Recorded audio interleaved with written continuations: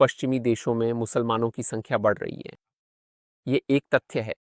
मुस्लिम देशों में ईसाइयों की संख्या तेजी से घट रही है। ये भी एक तथ्य है। 2050 तक उम्मीद की जा रही है कि इस्लाम अनुयायियों की संख्या के हिसाब से दुनिया का सबसे बड़ा धर्म बन जाएगा। इस मुद्दे के बड़े प्रभाव हैं, फिर भी इस पर शायद ही कभी चर्चा होती है। न तो इसलिए कि यह महत्वहीन है और न ही इसलिए कि कोई इसे देख नहीं रहा, बल्कि इसलिए कि यह असहज करने वाला विषय है। और यह असहजता इसलिए है क्योंकि पश्चिम में जो प्रमुख नैरेटिव है वह बहुसांस्कृतिकता और राजनीतिक शुद्धता का एक बुरा मिश्रण है। कुछ दिन पहले मैंने अपने दोस्त जाहिर का एक वीडियो देखा। उन्हें जरूर फॉलो करें। वह इजराइल विरोधी वीडियो को गलत साबित करने में माहिर हैं। लिंक नीचे दिया जाएगा। वह एक और वीडियो की समीक्षा कर रहे थे जिसमें दिखाया गया है कि मुसलमान केवल मुसलमानों के लिए बंद समुदाय बनाकर अमेरिका पर कब्जा करना चाहते हैं। पूरे वीडियो में उन्होंने कई बार कहा कि पश्चिम को जागना चाहिए। ये पहले से ही हो रहा है दोस्तों, जाग जाओ। तो यूके के लोगों, जल्दी करो, अब जागने का समय आ गया है। फिर भी ये सब हमारे सामने ही हो रहा है, तो अब सच में जाग जाओ। मैं सहमत भी हूं और असहमत भी। पश्चिम को जागने की जरूरत नहीं है। जागना तो उनके लिए है जो सोए हुए हैं, अनजान हैं। पश्चिम को वास्तव में जो करना चाहिए वो कुछ और भी कठिन है। उसे यह स्वीकार करना होगा कि वह गलत था और अपनी दिशा बदलनी होगी, और जल्दी। बहुसांस्कृतिकता वह विचार है कि कोई भी संस्कृति दूसरी से बेहतर नहीं है, कि यह सब देखने वाले की नजर में ही है। अभी थोड़ी देर में मैं आपको दिखाऊंगा कि इस बकवास को गलत साबित करना कितना आसान है। राजनीतिक शुद्धता के कारण अगर आप सांस्कृतिक भिन्नताओं को नोटिस भी करते हैं और हम सब जानते हैं कि वे मौजूद हैं, तो आपको कुछ भी कहना नहीं चाहिए और तो बिल्कुल भी आलोचना नहीं करनी चाहिए, क्योंकि आपको नस्लवादी कहे जाने का खतरा है। मैं बहुसांस्कृतिकतावादी नहीं हूं। मुझे उम्मीद है कि आप भी नहीं हैं। मैं स्पष्ट कर दूं, जहां तक अमहत्वपूर्ण चीजों की बात है, जैसे त्वचा का रंग, कपड़े, संगीत, खाना, तो हाँ, इसमें क्या बुराई है। किसे फर्क पड़ता है कि आपकी त्वचा गहरी है या हल्की, या आपको चावल पास्ता से ज्यादा पसंद है। आप खुद को जैसा चाहें वैसे पहचान सकते हैं। क्या आप अच्छा काम करते हैं तो मैं आपको नौकरी पर रखूंगा। लेकिन जब बात मूलभूत बातों की आती है, मूल्य, लोकतंत्र, महिलाओं के अधिकार, कानून के सामने समानता, तो ये बातें किसी भी तरह से समझौते के लिए नहीं हैं। और हमारी पश्चिमी समाज को इस बारे में पूरी तरह स्पष्ट होना चाहिए। कुछ जीवन शैली ऐसी हैं जिन्हें बर्दाश्त नहीं किया जा सकता। नाजीवाद, साम्यवाद और शरिया कानून, जिसे बहुत से मुस्लिम पश्चिम में लागू करना चाहते हैं। आइए कुछ ठोस उदाहरण लेते हैं। महिलाओं के अधिकार। क्या आप मानते हैं कि महिलाओं को पुरुषों के बराबर अधिकार हैं? अगर हाँ, तो क्या आप ऐसी संस्कृति को स्वीकार करने के लिए तैयार हैं जहां महिलाओं को ये अधिकार नहीं मिलते? मान लीजिए मैं आपको बताता हूं कि मेरी संस्कृति में महिलाओं को पीटना स्वीकार्य है, कि मेरे परिवार में यह एक परंपरा है। मेरे दादा ने मेरी दादी को पीटा, मेरे पिता ने मेरी माँ को पीटा, और मैं अपनी पत्नी को पीटता हूं। क्या यह स्वीकार्य है? या अगर मेरी संस्कृति में एक महिला को परिवार के मुखिया पुरुष की संपत्ति माना जाता है, क्या यह स्वीकार्य है? यह शरिया कानून है। वैसे शादी की उम्र, या सही कहें तो जिस उम्र में लड़कियों की शादी कर दी जाती है, वह बहुत कम है। क्या यह भी स्वीकार्य है? तो क्या आप बहुसांस्कृतिकता में विश्वास करते हैं या महिलाओं के अधिकारों में? आप दोनों को एक साथ नहीं रख सकते। एक और उदाहरण। पश्चिम की सबसे अच्छी चीजों में से एक, जिसे हम आम तौर पर मान लेते हैं, वह है कानून के सामने समानता। शरिया के तहत गैर मुसलमानों को धिम्मी नामक निम्न दर्जा दिया जाता है और उन्हें जिजिया नामक विशेष कर देना पड़ता है। ये केवल यहूदियों और ईसाइयों के लिए है। सभी अन्य धर्मों के अनुयायियों को मौत की सजा दी जाती है। इस्लाम छोड़ने की सजा भी यही है। तो फिर से सवाल है, क्या आप बहुसांस्कृतिकता में विश्वास करते हैं और मानते हैं कि गैर मुसलमानों को विशेष कर देना चाहिए?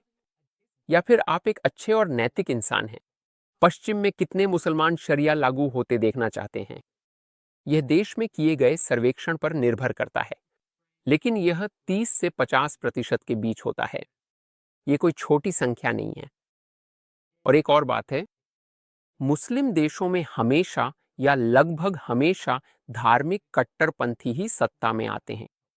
मुझे हमेशा यह देखकर हैरानी होती है कि पश्चिमी यूरोप कितनी जल्दी यह भूल गया कि हजारों मुसलमान जो पश्चिम में पैदा हुए और पले बढ़े, उन्होंने आईएसएस में शामिल होकर सबसे भयानक बर्बर अपराध किए।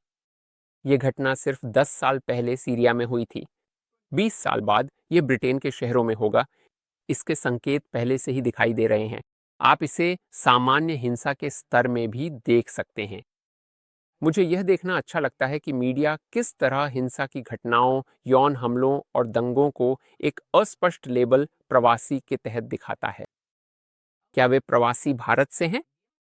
शायद चीनी प्रवासी पुलिस पर पत्थर फेंक रहे हैं? या फिर आप जानते हैं, पश्चिमी यूरोपीय लोग जो शरीयत कानून को स्वीकार करते हैं, वे उन लोगों की तरह हैं जो उस पेड़ को पानी दे रहे हैं जिस पर उन्हें फांसी दी जाएगी। तो क्या किया जा सकता है? पहली बात तो ये है कि ये किसी के खिलाफ भी नहीं है, ये किसी चीज के पक्ष में है, पश्चिमी मूल्यों के पक्ष में। इससे फर्क नहीं पड़ता कि आप ब्रिटेन, फ्रांस, चेक, पोलैंड, अमेरिका या इजराइल से हैं। पश्चिमी मूल्यों के पक्ष में रहें। अपने देश के पश्चिमी सभ्यता में योगदान पर गर्व करें। एक इजरायली यहूदी के रूप में निश्चित रूप से मैं यहूदियों और इजरायलियों के दुनिया में अनगिनत योगदानों की ओर इशारा कर सकता हूं। लेकिन मुझे ब्रिटेन के बारे में कुछ शब्द कहने दीजिए। मैं कुछ दिन पहले ही लंदन से वापस आया हूं। लंदन एक ऐसा शहर है जो विस्कॉन्सिन से लगभग 6500 किलोमीटर पूर्व में स्थित है। मेरी पत्नी का 40वां जन्मदिन था और पहली बार हम बिना बच्चों के यात्रा पर गए। बहुत ही अनुशंसित। एक बात जिसने मुझे परेशान किया वह यह थी कि हमने सभी मुख्य पर्यटन स्थल देखे और ब्रिटेन के सबसे प्रतिष्ठित स्थलों का दौरा किया, लेकिन दुनिया में ब्रिटेन के विशाल योगदान के बारे में एक भी शब्द नहीं कहा गया। अब मैं कोई ब्रिटिश इतिहासकार नहीं हूं। मैं बस एक इजरायली टूर गाइड और निम्न स्तरीय मोसाद एजेंट के रूप में अपनी राय साझा करूंगा। मुझे मंडित काल में ब्रिटेन की काफी आलोचना करनी है। मेरे दादा ने ब्रिटिशों से लड़ाई की थी। ब्रिटिशों ने यूरोप से यहूदी प्रवास को रोक दिया, वे यहूदी जिन्हें बचाया जा सकता था, जबकि उसी समय उन्होंने इजराइल की भूमि में अरब प्रवास को सीमित नहीं किया। ब्रिटिशों ने जॉर्डन का निर्माण किया और ब्रिटिश अधिकारियों ने उस जॉर्डनियन सेना का नेतृत्व किया जिसने इजराइल पर आक्रमण किया। उन्होंने हज अमीन अल हुसैनी को ग्रैंड मुफ्ती नियुक्त किया, वही व्यक्ति जिसने यहूदियों पर अरब हमलों का नेतृत्व किया और यहूदियों के विनाश के लिए नाजियों के साथ सहयोग किया। मैं इस बारे में बहुत कुछ कह सकता हूं, लेकिन मैं आलोचना के साथ आगे बढ़ता हूं।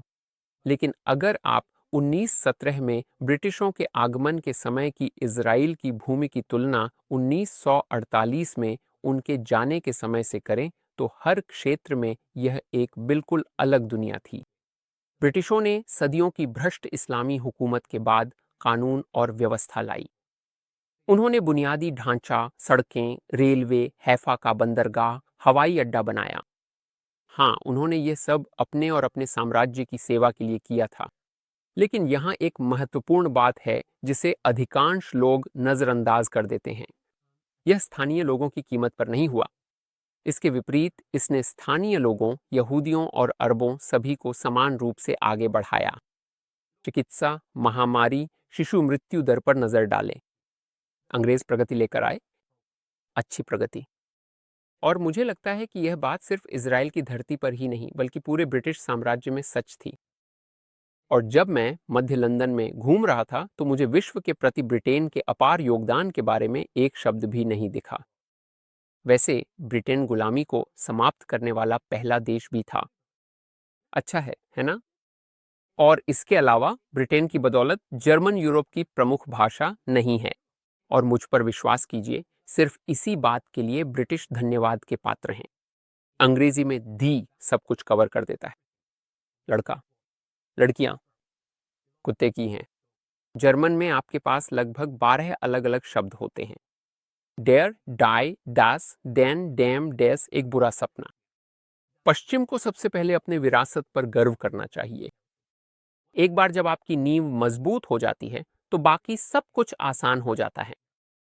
और ये स्कूलों में सिखाया जाना चाहिए और हर उस व्यक्ति को स्पष्ट रूप से बताया जाना चाहिए जो पश्चिम में रहने आता है। ये हैं बुनियादी मूल्य: लोकतंत्र, महिलाओं के अधिकार, कानून के सामने समानता। आप सोचते हैं कि समलैंगिकों को शिक्षक नहीं होना चाहिए? यही अधिकांश मुसलमान ब्रिटेन में सोचते हैं। आप सोचते हैं कि महिलाओं को हमेशा अपने पतियों की आज्ञा माननी चाहिए? फिर से, यही अधिकांश मुसलमान ब्रिटेन में सोचते हैं। आप शरीयत कानून चाहते हैं? बहुत बढ़िया।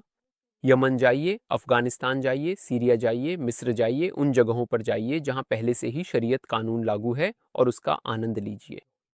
पश्चिमी देशों के लोग जो बात नहीं समझते वह यह है कि इस्लामीकरण एक तरफा रास्ता है।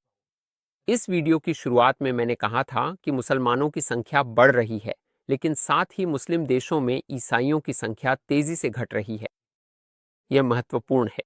अगर आप मुझसे कहते कि हाँ, बेल्जियम और इंग्लैंड में मुसलमानों की संख्या बढ़ रही है, लेकिन इराक और पाकिस्तान में ईसाई समुदाय तेजी से बढ़ रहा है, तो मैं कहता ठीक है, यह भी सही है। लेकिन ऐसा नहीं है। इस्लामीकरण केवल पश्चिम में ही नहीं होता, यह मध्य पूर्व में भी होता है। इसका सबसे स्पष्ट उदाहरण लेबनान है। जब लेबनान में ईसाई बहुसंख्यक थे, तब वह मध्य पूर्व का मोती था। सिर्फ कुछ दशकों में ईसाइयों का प्रतिशत 60% से घटकर 30% रह गया। और जैसे ही ईसाई देश छोड़ते हैं, देश बिखर जाता है। और यह बहुत तेजी से हुआ। मध्य पूर्व कभी कई अलग अलग जातीय समूहों और कई ईसाई अल्पसंख्यकों से बना था। इनमें से सभी ईसाई समुदाय और मुस्लिम देशों में हर अन्य अल्पसंख्यक को सताया जाता है और मिटा दिया जाता है।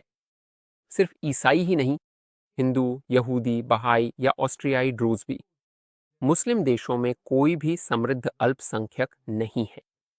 वे सभी डर के साए में जीते हैं और पश्चिमी यूरोप भी उसी दिशा में जा रहा है। माफ कीजिए, पश्चिमी यूरोप उसी ओर दौड़ रहा है। अब अक्सर टिप्पणियों में लोग मुझे झूठा कहते हैं। वे प्रचार, असबारा, सियोनिस्ट जैसे शब्द उछालते हैं। वैसे आखिरी वाला सच है। मैं उन सभी से कहता हूं, मुझे गलत साबित करो। मुझे लिखिए, अरे मैं नीदरलैंड से हूं और यहां यहूदी समुदाय मुस्लिम समुदाय से कहीं अधिक हिंसक है। या अरे मैं फ्रांस से हूं और यहां यहूदी मुसलमानों पर हमला कर रहे हैं। या मैं इराक से हूं और वास्तव में हाल के वर्षों में ईसाइयों की संख्या बढ़ी है। मुझे नाम देने के बजाय बस मुझे गलत साबित कीजिए। मुझे ऐसे मुस्लिम विचारकों के लिंक दीजिए जो यह तर्क देते हों कि यहूदी और ईसाई बिल्कुल ठीक हैं। मैं आपकी टिप्पणियों में प्रतीक्षा कर रहा हूं। वैसे केवल एक ही अल्पसंख्यक है जिसने वास्तव में सफलता पाई है और बढ़ा है। मध्य पूर्व में वह हैं यहूदी। और यही वह बात है जिस पर अभी गाजा में युद्ध हो रहा है। यह युद्ध फिलिस्तीनी राज्य के बारे में नहीं है। यह इस्लाम द्वारा यहूदी संप्रभुता को स्वीकार न करने के बारे में है। हमास कोई राष्ट्रीय आंदोलन नहीं है। यह एक धार्मिक आंदोलन है। यह मुस्लिम ब्रदरहुड का हिस्सा है, एक ऐसा संगठन जिसकी शाखाएं अमेरिका में हैं और पश्चिमी यूरोप में भी। तो बहुसांस्कृतिकता और राजनीतिक शुद्धता को कचरे में फेंक दें और पश्चिमी मूल्यों की सराहना करना और उनकी रक्षा करना शुरू करें। ये पूर्णतः सही नहीं है, लेकिन बाकी किसी भी चीज से कहीं बेहतर हैं। एक लाइक दें, टिप्पणी करें और अगर आप अन्य भाषाएं बोलते हैं, स्पेनिश, इटालियन, फ्रेंच, जर्मन, तो मुझे उन चैनलों पर भी फॉलो करें। लिंक नीचे दिए गए होंगे। मेरे सभी समर्थकों का धन्यवाद। मैं जो कुछ भी करता हूं वह आप सबकी वजह से है। बस इतना ही। यल्ला, अलविदा।